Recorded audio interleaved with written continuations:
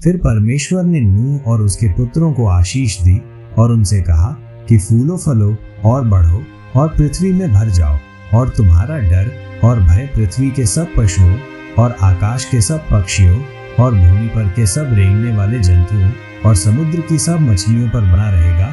वे सब तुम्हारे वश में कर दिए जाते हैं। सब चलने वाले जंतु तुम्हारा आहार होंगे। जैसा तुमको हरे हरे छोटे पेड़ दिए थे, वैसा ही अब सब कुछ देता हूँ। पर मांस को प्राण समेत अर्थात लोहू समेत तुम न खाना, और निश्चय मैं तुम्हारा लोहू अर्थात प्राण का पलटा लूंगा। सब पशुओं और मनुष्यों दोनों से मैं उसे लूंगा। मनुष्य के प्राण का पलटा मैं एक एक के भाई बंधु से लूंगा।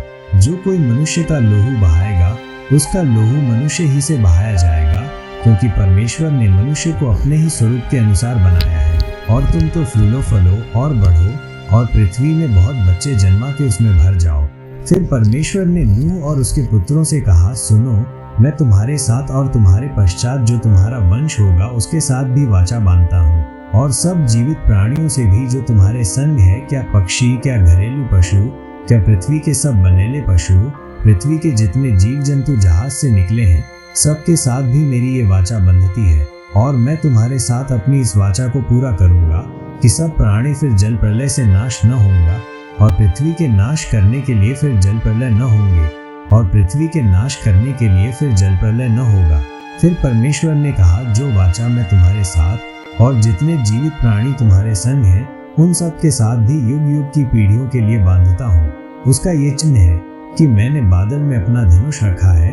वो मेरे और पृथ्वी के बीच में वाचा का चिन्ह होगा। और जब मैं पृथ्वी पे बादल फैलाऊं, जब बादल में धनुष देख पड़ेगा, तब मेरी जो वाचा तुम्हारे और सब जीवित शरीरधारी प्राणियों के साथ बांधी है, उसको मैं स्मरण करूंगा।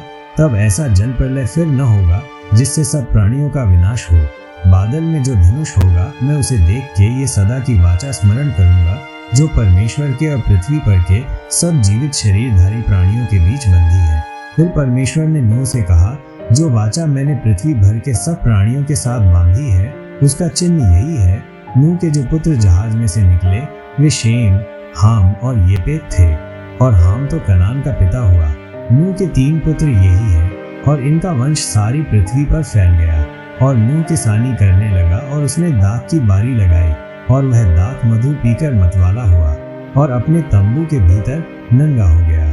तब कनान के पिता हाम ने अपने पिता को नंगा देखा, और बाहर आकर अपने दोनों भाइयों को बतला दिया।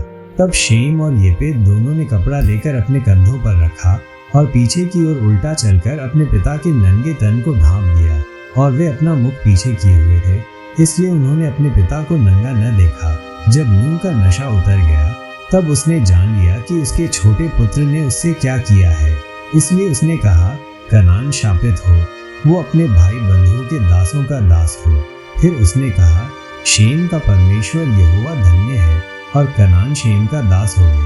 परमेश्वर येपेत के वंश को फैलाए, और वो शेम के तंबुओं में बसे, और कनान उसका दास हो गए। जल प्रलय के पश्चात नूह 350 वर्ष जीवित रहा, और नूह की कुल अवस्था 950 वर्ष की हुई।